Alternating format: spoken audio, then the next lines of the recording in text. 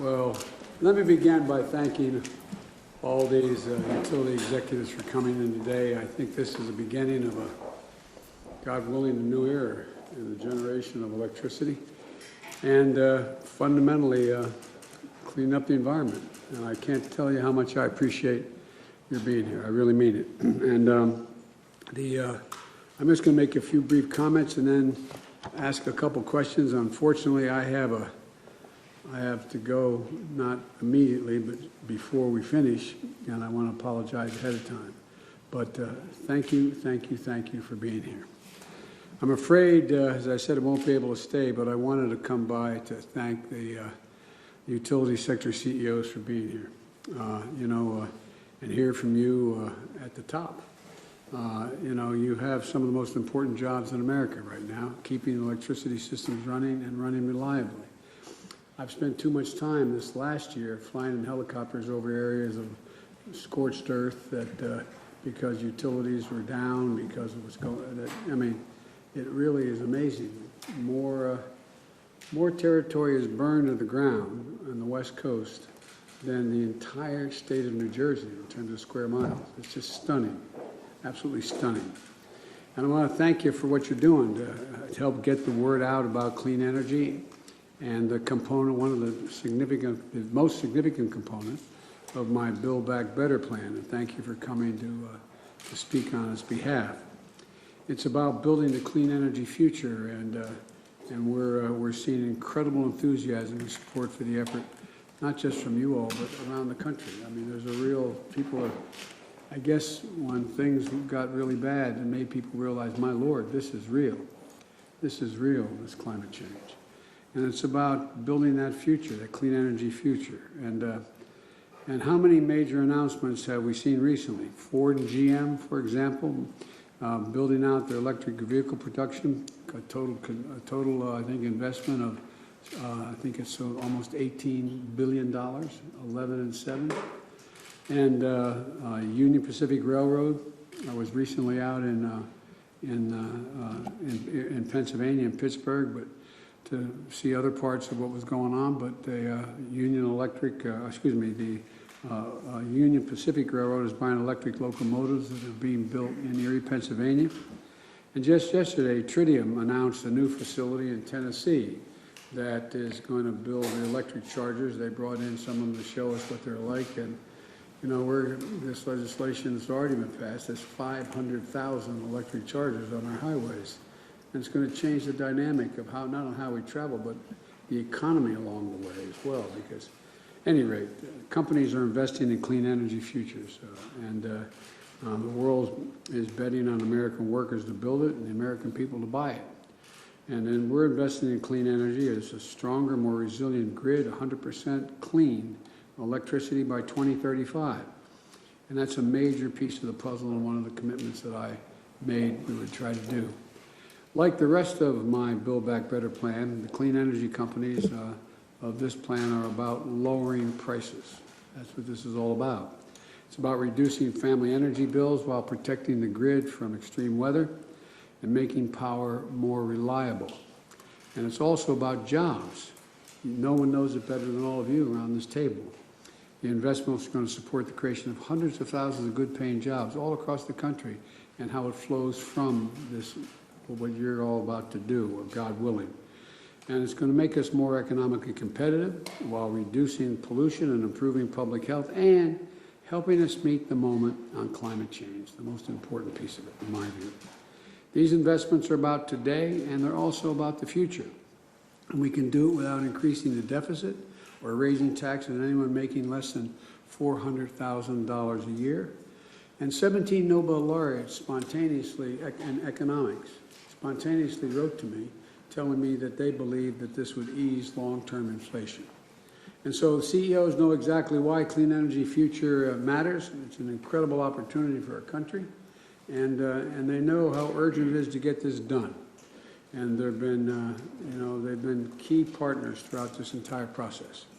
And so I'm grateful for their input, and I look forward to getting a full report from my team on the ideas discussed today.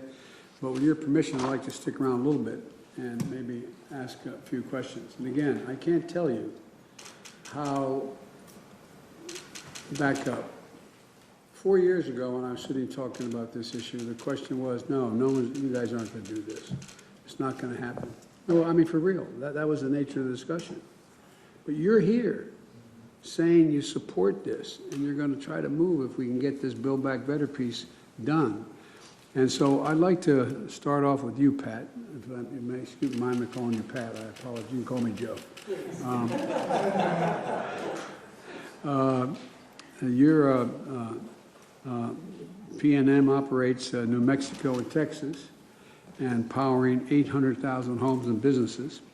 How's this Build Back Better initiative going to deliver more reliable and affordable power and reduce costs for it? If we have it available to you to be able to get the tax benefit. Well, Mr. President, thank you for the opportunity to speak, and thank you for your support of our clean energy future. We started our clean energy journey some time ago in New Mexico, working with our governor, the environmental community, the business community, and our indigenous communities, all who support clean energy. This legislation is going to allow us to be carbon-free sooner, gives us renewable portfolio standards, allows us to securitize, to keep costs down for customers, and very importantly, Mr. President, it provides for a just transition. There is money in there for worker severance and retraining for the coal miners. We already take care of our coal plant employees at the utility. But it has money for economic development in there to revitalize the communities. So working with economic development, Indian affairs, and workforce solutions, because when people move into the clean energy economy, they shouldn't have to move away from their tribal lands. And we are going to work to revitalize those communities so that they can participate in the clean energy future where they currently live. These clean energy tax policies are going to be so helpful. New Mexico, unfortunately, is the third poorest state, and the areas that we serve in Texas are not the affluent areas of Texas. As a regulated utility, we pass all of our tax savings directly back to our customers. And along with reliability and clean, affordable, it is really on the top of our priority list. We have the number 3 solar potential in the United States, in New Mexico, and the number 3 onshore wind potential. So having credits for that and for storage, which is critical to make sure that those resources can be stored, so we need them when we need them, and the building of the transmission to export those wind and solar resources to other states is also critical. So that transmission and solar and storage and wind is really going to help bring down the customer costs. We're also looking to integrate more electric vehicles into the grid. I tell people, once you drive an electric vehicle, you don't want to drive an internal combustion engine anymore. They're quiet and quick. Oh, oh, are they quick? And this will help us make the needed improvements in our grid at a lower cost. And on the corporate tax rate, when we keep that low, we also pass those savings back to our customers. And unfortunately, any increases, conversely, get pushed back to customers.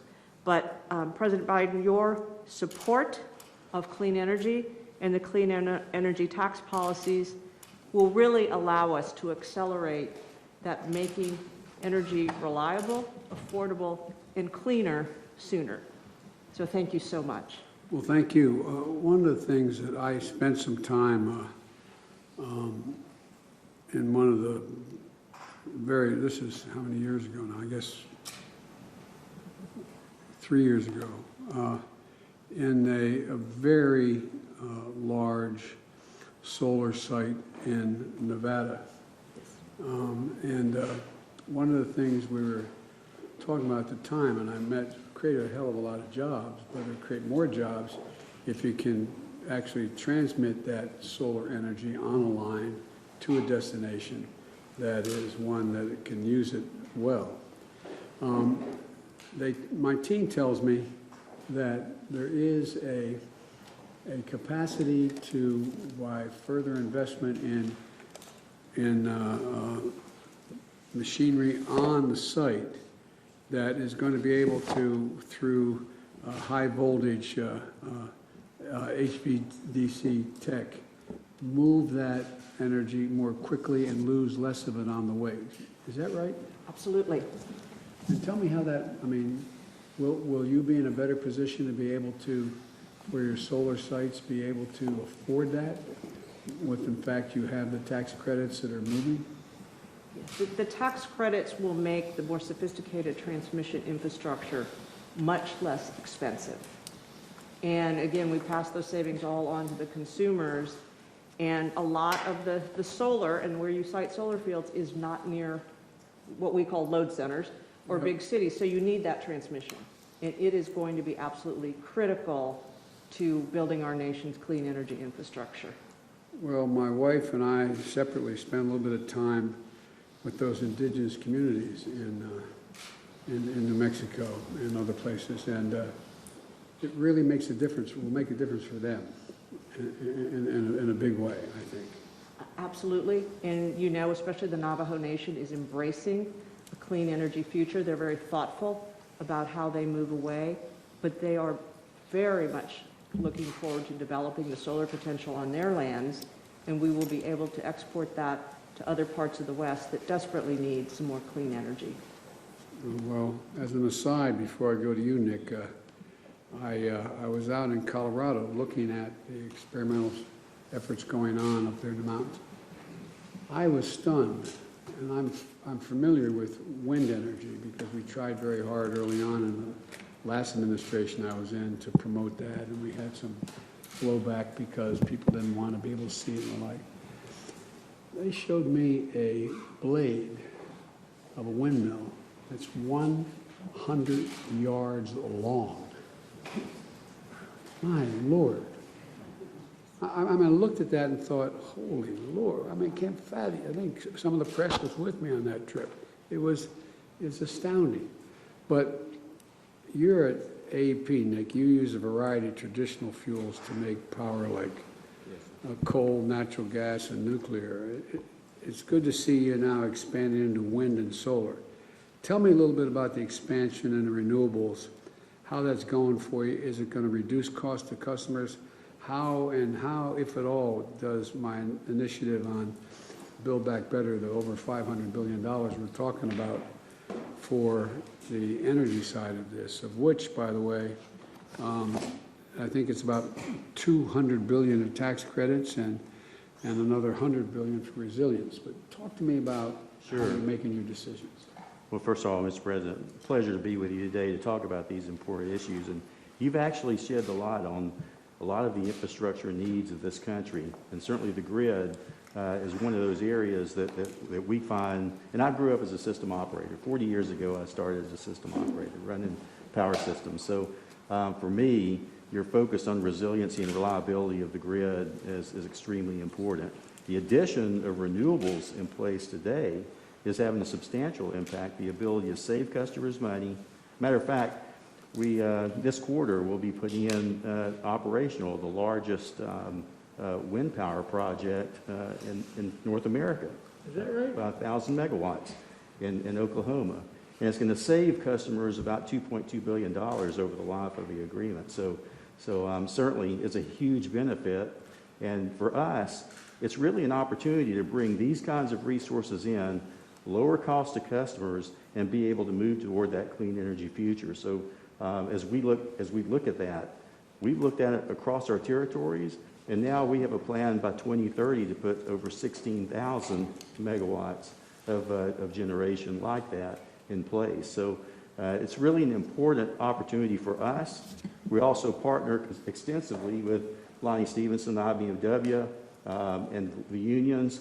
We're mapping that transition to those skills of the future.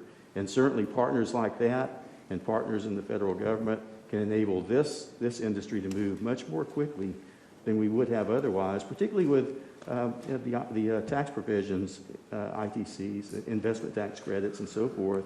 Those have really produced benefits for consumers because those costs, those benefits actually flow through to our consumers and contribute to the economy. So it's a great opportunity for us to make that transition. Well, I think it's a heck of an opportunity. One of the things, maybe when the press is still here, to talk a little bit about, I was really excited back in, I guess it was probably 2000 and, don't hold me the exact year, probably 2012, 13, 14. We were talking about major wind initiative off the eastern coast, the coast of, on the East Coast.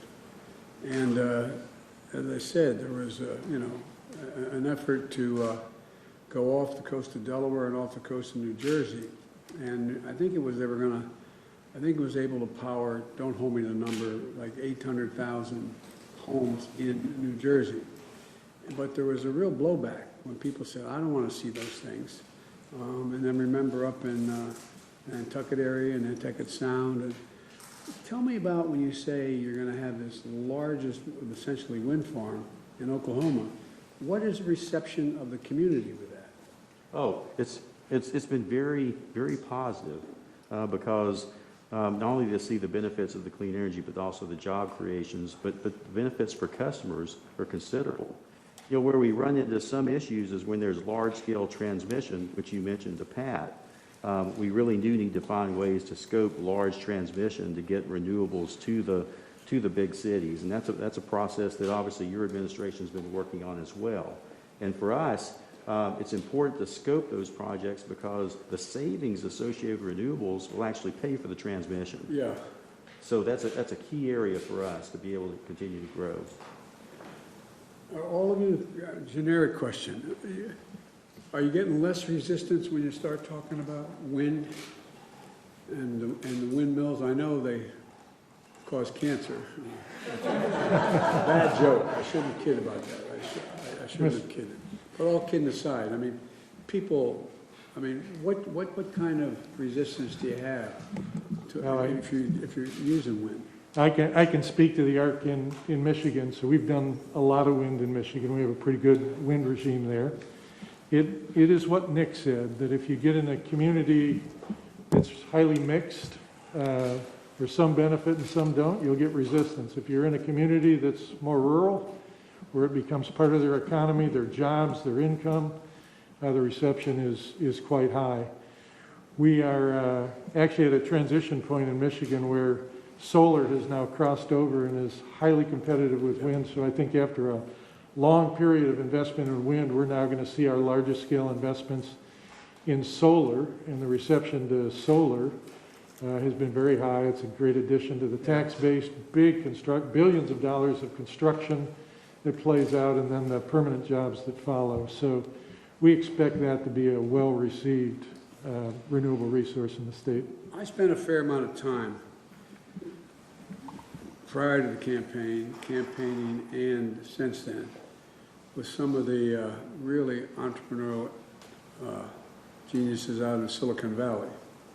And what they're now talking about, and you all know, and I wonder how you view it, is the ability to store the energy when the wind's not blowing and when the sun's not shining. I was shown, for example, you could have, let's say you were powered even it could be geothermal for that matter, but you have a facility, it looks like, to me, it looked like a platform about this wide and about that thick that's in your basement. And it stores energy when the wind's not blowing and when the sun's not shining. Now, and I know you're not making those, but how has that increased the receptiveness of the idea of wind and solar or geothermal? Yes. I can respond, Mr. President. Again, thank you for having us join. But we see storage as an incredibly important part of the equation going forward, not only in people's homes, but frankly on our system. Yes. In order to strengthen it and make it capable of taking on more resiliency. So as I look at the number of megawatts of renewables we'll add, there's a comparable number of storage megawatts we will also add over the next decades. And the tax credits that you have Included would be an important part of lowering costs, and the infrastructure bill under the Department of Energy has a lot of investment in the R&D necessary to advance that battery storage. So we think there's great potential for this. I asked the question for a selfish reason, because when I said this is going to generate jobs well beyond your site, and so there are going to be people manufacturing those battery storage facilities. People this has such a ripple effect that God willing, and what's going to happen is, I predict, right now, in some cases, China's ahead of us, but I think we're going to end up having a significant export market as well. That's going to create thousands of good-paying jobs here in the United States. It's going to be in our interest to have this, move around the world, but, I hope that y'all are going to look back on this 10 years from now and say, boy, that time we didn't have any dinner at that dining room table. Still worked. But I want to thank you all very, very much. So, Mr. President, President, we're Thank going to you, have to guys. let you go Press, here. let's go. Come on, guys. Let's go. Come on, press. Let's